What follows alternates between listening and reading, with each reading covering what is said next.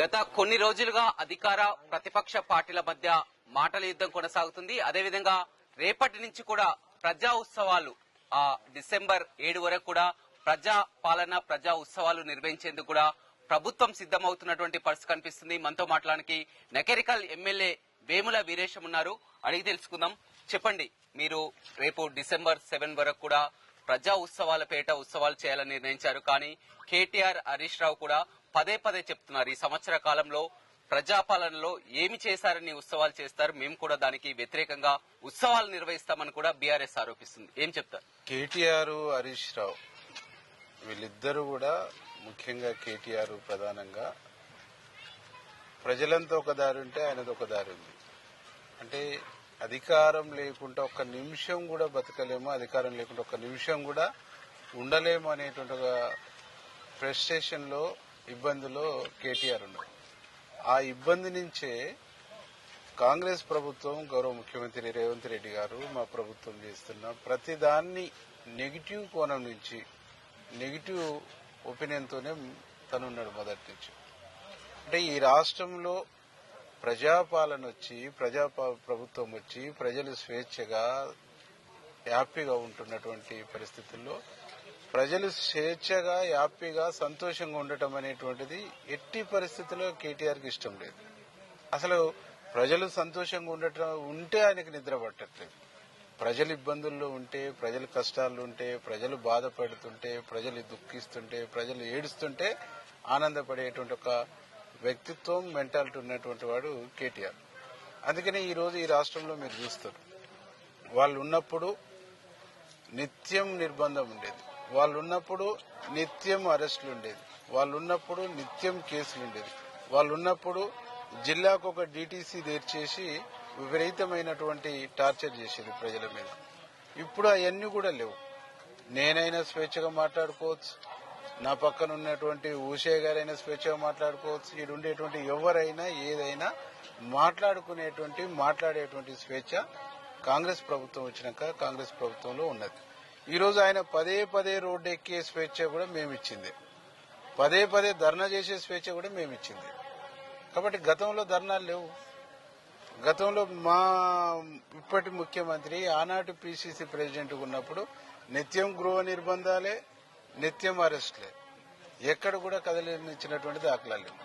ఈరోజు కేటీఆర్ గాని, వాళ్ళ పార్టీ నాయకులు గాని ఎక్కడైనా తిరిగే స్వేచ్ఛ ఉంది, ఏన్నైనా ధర్నా చేసే స్వేచ్ఛ ఉంది, ఏన్నైనా మాట్లాడేటువంటి స్వేచ్ఛ ఉంది, ఏదైనా విమర్శ చేసేటువంటి ఒక స్వేచ్ఛ ఇచ్చినాం. అసెంబ్లీలో వెల్లోకి వస్తే గతంలో సస్పెండ్ చేసినటువంటి ఒక పరిస్థితి. ప్రశ్నిస్తే ఆనాడు మా ఇప్పటి మంత్రి, మా వెంకరెడ్డి సార్ను అసెంబ్లీ నుంచి బహిష్కరించినటువంటి, అసెంబ్లీ సభ్యత్వం రద్దు చేసినటువంటి ఒక పరిస్థితి చూసినాం. ఈరోజు అసెంబ్లీలో ధర్నా చేసినా, అసెంబ్లీలో దాదాపు రోజంతా ఆడ లొల్లి పెట్టినా ఒక్కరిని కూడా ఏమంటారు. కానీ వారు పదే పదే టార్గెట్ చేసి చెప్తున్నారు, ఈ సంవత్సర కాలంలో ఏం చేశారని ప్రజా ఉత్సవాలను కూడా.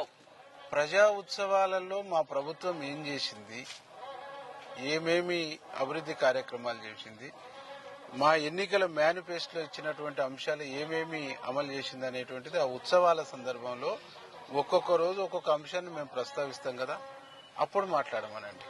నా నియోజకవర్గం ఉంది, రైతుల రుణమాఫీ మీద గగ్గోలు పెడుతుండే కేటీఆర్. ఆయనను ఎదుర్కోవటం అనేటువంటిది మా వల్ల కాదనేటువంటిది వాళ్ళకి అర్థమైపోయింది. అర్థమైపోయి లగచర్లలో కేటీఆర్ఏ స్వయంగా అక్కడ ఘర్షణకు వ్యూహరచన చేసిండు. అక్కడ అధికారులను హత్యా ప్రయత్నం చేయటం లేదా హత్య చేయడానికి ప్లాన్ చేసిండు. ఈ అధికారులు హత్య చేయబడి, లేదు గాయపడి, లేదు తీవ్రమైనటువంటి దెబ్బలు తగిలితే అక్కడున్న పోలీసు వాళ్ళు ఫైరింగ్ చేస్తారు.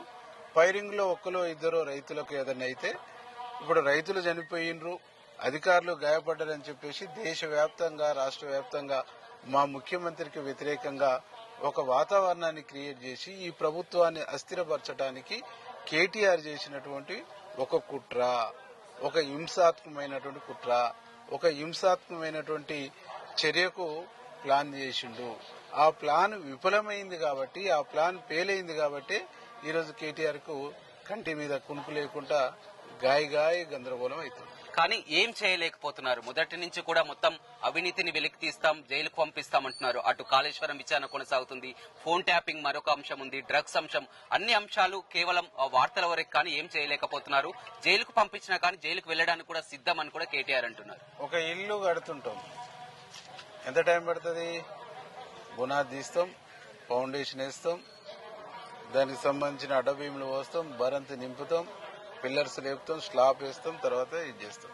అట్లనే వీళ్ళ అవినీతికి సంబంధించి కాళేశ్వరం దాని మీద కేంద్ర జల విద్యుత్ సంబంధించినటువంటి సంస్థ దానికి దర్యాప్తు చేస్తుంది.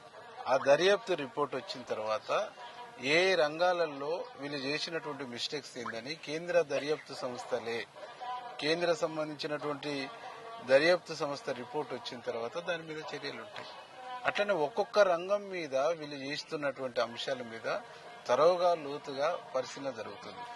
దేంట్లో తప్పులున్నా, దేంట్లో నేరం చేసినా, ఆ నేరం చేసి ఆ తప్పు చేసి సంపాదించిన దోసుకున్న డబ్బు ప్రజలది. ఆ ప్రజల డబ్బుకు సంబంధించి ప్రజల ముందు పెట్టేస్తే వీళ్ళ దోపకాన్ని, వీళ్ళు చేసినటువంటి మోసాల్ని, వీళ్ళు చేసినటువంటి తప్పుల్ని శాస్త్రీయంగా పరిశీలించి ప్రజల ముందు పెడితే ప్రజలు ఏం చెప్తే ఆ శిక్షిస్తారు. ఇది ప్రజాప్రభుత్వం కదా, ప్రజాపాలన కదా వచ్చింది. కాబట్టి ప్రజలే న్యాయ నిర్ణేతలు కదా. ప్రజల ముందు పెట్టిన తర్వాత ప్రజలు ఏ శిక్ష చేయమంటే అది ఇస్తారు. ఇంకా మాకు 4 ఏళ్ల టైం ఉంది కదా, తొందరపడితే ఎట్లా? అంటే ఫోన్ ట్యాపింగ్ అంశం ప్రధానంగా ఇప్పుడు ఫోన్ ట్యాపింగ్ అంశం తెర మీదకి వస్తుంది. మాజీ ఎమ్మెల్యేలకు కూడా నోటీసులు ఇస్తున్నారు. అది కేవలం భయపెట్టడానిక, విచారణ పేరుతో భయపెట్టడానిక, ఏం జరుగుతుంది? మీ నకరికల్ మాజీ ఎమ్మెల్యే కూడా చెప్పడం జరిగింది, మీ అనుచరుల ఫోన్ ట్యాప్ చేశారని కూడా. విచారణ ఏం జరిగింది అనుకుంటున్నారు ఫోన్ ట్యాపింగ్? సరే, నకరికల్ మాజీ ఎమ్మెల్యే ఒక చిల్లరగాడు, చిల్లర చేష్టలు, ఆయన చిల్లరగాని గురించి మాట్లాడాలి. మీ అనుచరుల ఫోన్ ట్యాప్ చేయించారని. సరే, చిల్లర బుద్ధి ఉంది కదా, ఎప్పుడు ఇద్దరి మధ్య దూరటమే కదా, అది చిల్లర బుద్ధి. ఆ చిల్లరగాని గురించి ఎందుకు గాని, ఈ ఫోన్ ట్యాపింగ్ కు సృష్టికర్త, సూత్రధారి కేటీఆర్. కాబట్టి కేటీఆర్ మాత్రమే దీనికి ఆద్యుడు. కేటీఆరే దీనికి తెరదీసినటువంటి ఒక పరిస్థితి. భార్య భర్తల ఫోన్ వినేటువంటి కాంచి మొదలుకుంటే పడనటువంటి ప్రతిపక్షాల ఫోన్లు వినేటువంటి కాడికి కూడా బరిదేగించింది కేటీఆర్. కాబట్టి దీన్ని కూడా కేటీఆర్ చుట్టూ విచారణ చేస్తేనే దీనికి అసలు వాస్తవాలు బయటకు వస్తాయి అనేటువంటిది నాకున్నటువంటి బలమైనటువంటి అభిప్రాయం. మిగతా గాళ్ళ గిల్లు చిల్లర గాళ్లతో అయ్యేది లేదు, పోయేది లేదు. అసలు సూత్రధారి కేటీఆర్.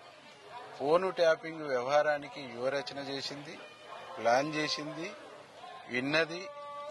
దీని మీద అనేక రకాల దుర్మార్గమైనటువంటి చర్యలకు ఒడిగట్టింది కేటీఆర్. కాబట్టి కేటీఆర్ మీద విచారణ చేయాలని నేను ప్రభుత్వం డిమాండ్. ఈ మధ్య మీరు చాలా ఘాటుగా కూడా మాట్లాడుతున్నారు. కేటీఆర్ అదేవిధంగా మాజీ చీఫ్ ప్రభాకర్ రావు కూడా మీపై గన్ను ఎక్కుపెట్టి కూడా పాటు మారొద్దని కూడా గతంలో కూడా ఈ విధంగా చేసినటువంటి అంశాలు కూడా మళ్లీ తెర మీదకి వేముల వీరేశం తీసుకురావడానికి కారణం ఏంటి? తెర మీదకి తీసుకురావడానికి కారణాలు ఏం లేవు. ఈరోజు మమ్మల్ని భయపెడితే భయపడము, ఇది చేస్తే భయపడము అంటే భయపెట్టే సంస్కృతి వాళ్ళది. నిజంగా వేముల వీరేశాన్ని గన్ను ఎక్కుపెట్టే అంత ధైర్యం చేశారా వాళ్ళు? టేబుల్ మీద పెట్టడం అంటేనే నువ్వు దాని అర్థం ఏంటి? టేబుల్ మీద పెట్టారా? నాతో మాట్లాడటానికి పిలిచి నువ్వు పక్కనున్న గంధిని తీసుకొచ్చి టేబుల్ మీద పెట్టి నీకు భార్య పిల్లలతో హ్యాపీగా ఉండాలని లేదా, ఎందుకు మారుతున్నావు పార్టీ అంటే భయపెట్టినట్టే కదా, భయపెట్టినట్టే కదా. ఎవరన్నారు ఈ మాటలు? ప్రభాకర్ రావే మాట్లాడిండు. నీకు కార్పొరేషన్ చైర్మన్ ఇస్తాం, సబ్ కేబినెట్ హోదా ఇస్తాం, నువ్వు పార్టీ మారొద్దు, రేపు గవర్నమెంట్ వచ్చినాక నీకు ఇంకా పెద్ద పదవులు ఇస్తామని చెప్పారు. ప్రభాకర్ రావుకు మీపై అయింది, అతను మాట్లాడడానికి కారణం ఏంటి? ప్రభాకర్ రావు ప్రభుత్వం మాట్లాడిస్తే మాట్లాడిండు, కేటీఆర్ మాట్లాడిస్తే మాట్లాడిండు, అప్పుడు ముఖ్యమంత్రి మాట్లాడిస్తే మాట్లాడిండు. ఆయన వ్యక్తిగతం ఏముంటది? ఆయన ఏమన్నా ఎంపీని ఎమ్మెల్యే పోటీ చేసేది లేదు కదా. ఆయన చేసిన పనల్లా ఫోన్లు ట్యాప్ చేసి వినటం, వాళ్ళు ఎవరు చెప్తే వాళ్ళకి థ్రెట్ ఇవ్వటం, ఎవరు చెప్తే వాళ్ళని వీరేశం ప్రలోభాలకు లొంగడు, భయపెట్టి చూద్దామన్నాడు. నీలాంటి వాళ్ళు చాలా మంది చూసినామని చెప్పినాం. ఏది ఏమున్నా మీరు భయపెట్టినా, మీరు ప్రలోభ పెట్టినా ఈ పార్టీలో ఉండం, మీతో ఉండం అని వాళ్ళకి చెప్పండి అని చెప్పొచ్చు. అంటే భయపెట్టి, ప్రలోభ పెట్టి దుర్మార్గమైన చర్యలకు ఒడిగట్టే సంస్కృతి మీది.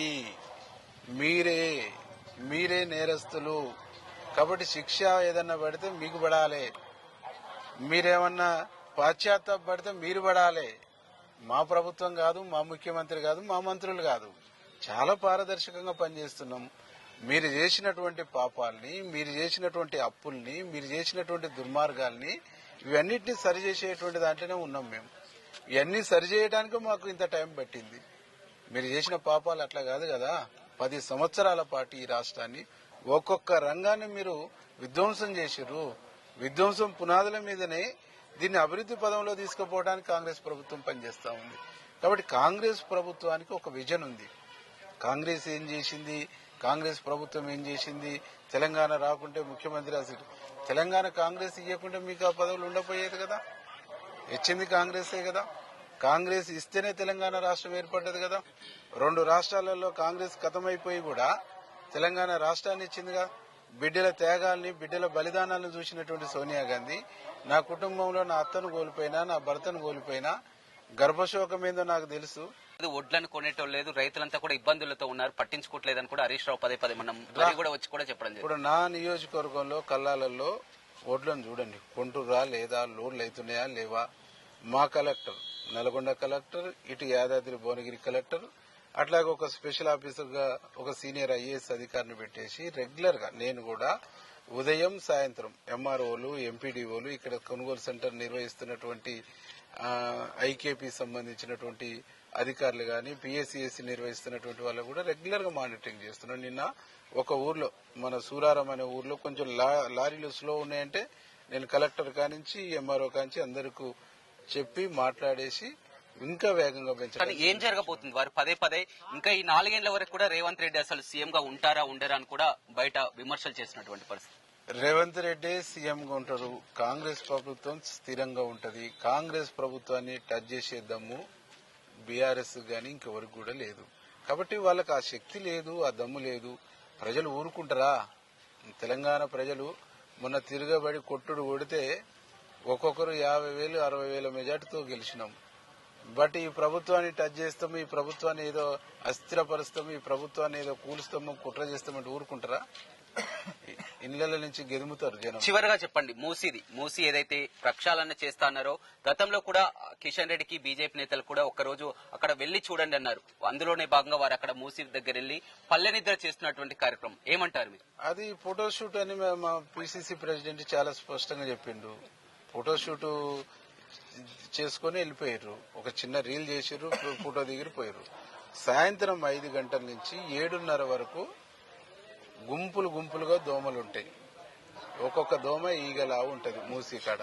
నేనేమనుకున్నా అంటే ఏదన్నా మన ఊరికి చుట్టపైన వచ్చినప్పుడు ఏం చేస్తారు, గాబుకాడు పోయి కాలు చేతులు కడుక్కొని వచ్చేసి మంచంలో కూర్చొని ముచ్చట పెడతారు. అట్లనే కిషన్ రెడ్డి కూడా బస్తీ నిద్ర చేయడానికి వచ్చినప్పుడు తిరుగుతూ వచ్చి ఆ మూసి కేటీఆర్ ఏం చెప్పిండు, ఎస్టీపీలు పెట్టి ప్యూరిఫైడ్ చేసిన అని మంచినీళ్లు చూపించారు. ఆ మంచినీళ్లు చూపించారు కాబట్టి వీళ్ళు ఆ మంచినీళ్ళు ఇప్పుడు ఆ మంచినీళ్లతోని కాలు చేతులు కడుక్కొని ముఖం కడుక్కొని కూర్చుంటాడు అనుకున్నా. కానీ ఒక కార్యకర్త ఇంట్లో పోయి పడుకొని 8 గంటల తర్వాత వచ్చి దోమలంతా సద్దు మణిగిన తర్వాత 8 గంటల తర్వాత వచ్చి ఆడ కాసేపు పడుకొని ఆ నుంచి లేచి పొద్దునట్టు మీడియాకు మాట్లాడిపోతానంటే అది జస్ట్ షో తప్ప దాంట్లో రియాలిటీ లేదు. ఇవాళ రియాలిటీ ఉంటే మూసీ నది ఉంటది. మూసీ నది పక్కనే ఒక రెడీమేడ్ మంచాలు ఉంటాయి. ఒక మంచం తెచ్చుకొని ఆడ తెల్లారిన దాకా పడుకొని పొద్దుగా లేచి ఆ నీళ్లతోని స్నానం చేసిపోతే నిజంగా ఆయనను మహాత్ముడు అని చెప్పేసి మొక్కుదు. కానీ ఈటెల రాజేందర్ కానీ కిషన్ రెడ్డి పదే చెప్తున్నారు, మూసీని ప్రక్షాళన శుద్ధీకరణ చేసేందుకు ఇక్కడ ఉన్నటువంటి పేదల ఇళ్లను తొలగించాల్సిన అవసరం ఏంది, ఆ తొలగించిన విధంలో మళ్లీ వీళ్ళు భవనాలు కట్టాలి, ఏదన్నా చేయాలని కూడా చూస్తున్నారు. భవనాలు ఎవరికి కడతారు? మా నల్గొండ జిల్లా ఎమ్మెల్యేలు, మా నల్గొండ జిల్లా మా మంత్రి, మా ముఖ్యమంత్రి భవనాలు కట్టుకోడు కదా. ఈరోజు మూసీని సుందరీకరిద్దాం అనేటువంటిది ఎందుకు, మూసీని ప్రక్షాళన చేద్దాం అనేటువంటిది ఎందుకు? WHO world health organization Musi నీళ్లలో సూపర్ బగ్ అనేటువంటి ఒక బ్యాక్టీరియా ఫామ్ అయ్యింది. ఈ నీళ్లు తాగటం మూలంగా కిడ్నీ జబ్బులు వస్తున్నాయి, క్యాన్సర్ జబ్బులు వస్తున్నాయి, ఆడపిల్లలకు గర్భస్రావాలు అవుతున్నాయి. అక్కడ ఉండేటువంటి పశువులు జంతువులకు కూడా సూడి నిలవనటువంటి ఒక పరిస్థితి ఉంది. ఈ పరిస్థితి ఈ సూపర్ బగ్ అనే బ్యాక్టీరియాను తొలగించి మూసీలో కలుస్తున్నటువంటి వ్యర్థాలను కంట్రోల్ చేయకుంటే ఇది నో మ్యాన్ జోన్ గా ప్రకటించేటువంటి పరిస్థితి ఆసన్నమైందని చెప్పేసి WHO హెచ్చరించింది. WHO హెచ్చరించినప్పుడు కేంద్ర మంత్రిగా ఉన్నటువంటి కిషన్ రెడ్డి, ఒక బాధ్యతాయుతమైనటువంటి పదవులు ఉన్నటువంటి కిషన్ రెడ్డి WHO మార్గదర్శకాలని నువ్వు పరిశీలించి దీనికి సపోర్ట్ చేసేది పోయి గుడ్డిగా వచ్చేసి బీఆర్ఎస్ వాళ్ళు ఏదో అన్నారు, వంతుకు మేము కూడా గొంతు కలపాలని చెప్పేసి వచ్చి ప్రజల్లో తేలిపోవటం తప్ప ప్రజలు దాన్ని యాక్సెప్ట్ చేయరు. ఇలా హైదరాబాద్ సంబంధించినటువంటి హైదరాబాద్లోనే 50 కిలోమీటర్ల పైచిలకు మూసి ప్రవహిస్తుంది. ఆ తర్వాత మన జిల్లాలకు వచ్చేసి దాదాపు 170-180 కిలోమీటర్ల పైచిలకు నల్గొండ జిల్లా, రంగారెడ్డి జిల్లాలో ప్రవహిస్తుంది. మొత్తం కలిపితే 270 కిలోమీటర్ల పైచిలకు ఈ మూసి అనంతగిరి కొండల నుంచి ఇటు వాడపల్లి వరకు ఇది మూసి పారుతుంది. అయితే హైదరాబాద్కు వచ్చేంత వరకు బాగానే ఉంటది. హైదరాబాద్ కలిసిన కాంచే కలుషితం అయిపోతుంది. ఈ కలుషిత భాగమైనటువంటి 100-180 కిలోమీటర్ల పైచిలకు ఉన్నటువంటి భాగం ఏదైతుందో దాన్ని ప్రక్షాళన చేసి బాగు చేసి మంచి నీళ్ళు ఇస్తామంటే మీకు ఎందుకు మంట? నల్గొండ జిల్లా ప్రజలు ఇట్టనే నాశనం అయిపోవాలి. హైదరాబాద్ నుంచి ఇక్కడ మన సంగం దాటి ఇంద్రపాల నగరము, భీమలింగంపల్లి కత్వ గాని, నెమలి కాలువ గాని అది దాటి వచ్చిందాక ఒక్క చేప పిల్ల ఆ నీళ్లలో బతకదు. ఒక్క చేప పిల్ల ఇప్పుడు మనం పోయి చూద్దాం, ఒక్క చేప పిల్ల కూడా బతకదు. అంటే ఒక్క చేప పిల్ల కూడా ఆ నీళ్లలో బతుకుతలేదంటే ఎంత విషపూరితంగా ఉందో మీరు అర్థం చేసుకోండి. ఈ మా అమ్మనబోలు తర్వాత ఈ ఏట్లకు వచ్చిన తర్వాత కొంచెం చేప పిల్లలు బతకటం, ఆ తర్వాత చెర్లలోకి వచ్చిన తర్వాత చేప పిల్లలు బతికేటువంటి ఒక పరిస్థితిని తప్ప అంతకు మించి ఒక చేప పిల్ల కూడా బతికేటువంటి పరిస్థితి లేదు. కాబట్టి ఈ మూసి ప్రక్షాళన చేస్తే నల్గొండ బిడ్డలు బాగవుతారు, ఈ మూసి ప్రక్షాళన చేస్తే రంగారెడ్డి బిడ్డలు బాగవుతారు. ఈ మూసి ప్రక్షాళన చేస్తే ఈ పేరు ముఖ్యమంత్రి రేవంత్ రెడ్డికి వస్తుంది, కాంగ్రెస్ ప్రభుత్వానికి వస్తుంది, కాంగ్రెస్ పార్టీకి వస్తుంది. ఈ మంచి పేరు కాంగ్రెస్ ప్రభుత్వానికి, ముఖ్యమంత్రి రేవంత్ రెడ్డి గారికి రావద్దని చెప్పేసి కుట్రపూరితమైనటువంటి ధోరణితోనే వీళ్ళు చేస్తారు తప్ప దాంట్లో చిత్తశుద్ధి లేదు, నిజాయితీ లేదు. ఇదే కాక కంటిన్యూ అయితే తెలంగాణ సాయుధ పోరాటం అప్పుడు నల్గొండ జిల్లా ప్రజలు ఏ విధంగానైతే తిరుగుబాటు చేసిర్రో ఇటు బీఆర్ఎస్ పైన బీజేపీ పైన మరొక తిరుగుబాటు నల్గొండ జిల్లా ప్రజలు చేయడం ఖాయం. రైట్. చివరిగా అయితే సంవత్సర కాలంలో అంతా కూడా హ్యాపీగా ఉన్నారు, ప్రజా ఉత్సవాలు చేసుకోవడానికి మాత్రం సిద్ధమని చెప్తారు, అంతేగా? సిద్ధం. రైట్ చూడొచ్చు. ప్రజలకు ఇచ్చినటువంటి ఒక్కో హామీలను కూడా నెరవేర్చుకుంటూ వస్తున్నాం. ఈ సంవత్సర కాలంలో చేసినటువంటి పనులన్నీ కూడా ప్రభుత్వానికి చెప్తున్నాం. అదేవిధంగా మూసీపై ఆ బీజేపీ చేస్తున్నటువంటి యాత్ర అది ఒక ఫోటోషూట్ లాంటిది, కానీ అది మూసీ ప్రక్షాళనకు సీఎం రేవంత్ రెడ్డి కంకణబద్దుడై ఉన్నారు. అదేవిధంగా ఇచ్చినటువంటి హామీలన్నీ కూడా నెరవేర్చేందుకు కూడా సిద్ధంగా ఉన్నామని కూడా నకరికల్ ఎమ్మెల్యే వేముల వీరేశం చెప్తున్నారు. కృష్ణతో రమేష్, RTV, నల్గొండ. మరిన్ని వీడియోస్ కోసం ఛానల్ ని సబ్స్క్రైబ్ చేయండి. లేటెస్ట్ అప్డేట్స్ కోసం వాట్సాప్ ఛానల్ ని ఫాలో అవ్వండి. అండ్ లింక్ డిస్క్రిప్షన్ లో ఉంది.